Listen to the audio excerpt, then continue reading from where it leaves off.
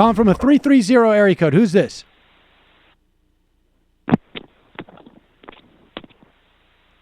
(330). This is Richard. How are you? Richard, I'm fine. Happy New Year. Well, thank you. And Happy New Year to you and any other holiday you care to celebrate. Thank you very much. I was calling. Yes. I was calling because, not to complain too much, but I have to express a certain amount of disagreement because I heard you guys earlier this week kind of kvetching about Democrats not wanting to attack Republicans the way the Republicans have, and I'd like to suggest that now this could be like Cliff already said that I'm old and wimpy and just too much of a liberal, but I think there's an argument to be. Go ahead. Sorry. I think there's an argument to be made, Sam, that if the Republicans have destroyed all norms, if we follow that as a rule, then basically the entire system collapses, right? So you guys were talking, I think, earlier in the week about Supreme Court justices and how McConnell basically screwed the entire system over by putting a hold on Merrick Garland. And Michael, I think, said something like basically it's an assault on reason to think that we shouldn't hit them just as hard as they hit us. Right. But, I would suggest that a democracy only functions if, in fact, enough people in the society believe that that it follows a rule of law and a rule of norms. And the problem with Trump, obviously, is that he hasn't done either one of those. But saying that means that the Democrats should go down the same road suggests to me, at least, that we're, Richard, that we're in danger of just losing the whole thing. Richard, I think this is this honestly the best call that you've ever had into the show, and I think that is the crux of the argument. But here is what would be my response to that. Okay, is that one? It's not just Trump, obviously, right? Because Mitch McConnell did not give Merrick Garland a hearing, and nobody thought that Donald Trump was going to be president. Okay, so A. Yeah.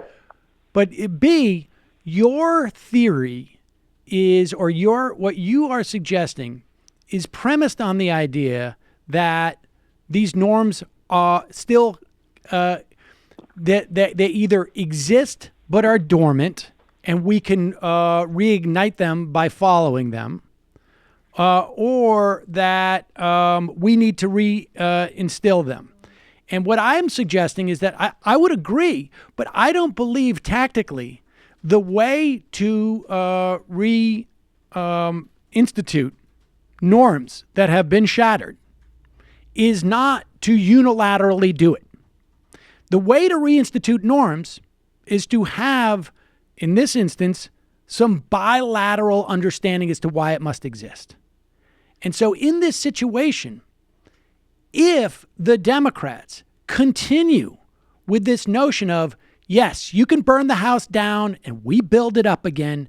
You burn the house down and we build it up again. You burn the house down and we build it up again. And each time they burn it down, they don't just burn it down. They dig a deeper hole. Okay? I'm suggesting that's not working. What I'm suggesting is we're not going to build the house back up. We're going to make you suffer for the lack of the house as well, so that you come to the table and say, hey, you know what? Maybe it's time that we rebuild this house, because that's the only way it's going to happen. That is the only way it's going to happen, in my estimation. You're never going to get back some type of Senate committee, not comedy, but committee. You're never going to return to that unless it is in the best interests of all parties. And it's clearly not in the best interest of the Republicans. So the institutionalists, they have in some way encouraged the destruction of these norms because they assumed that they could do it unilaterally.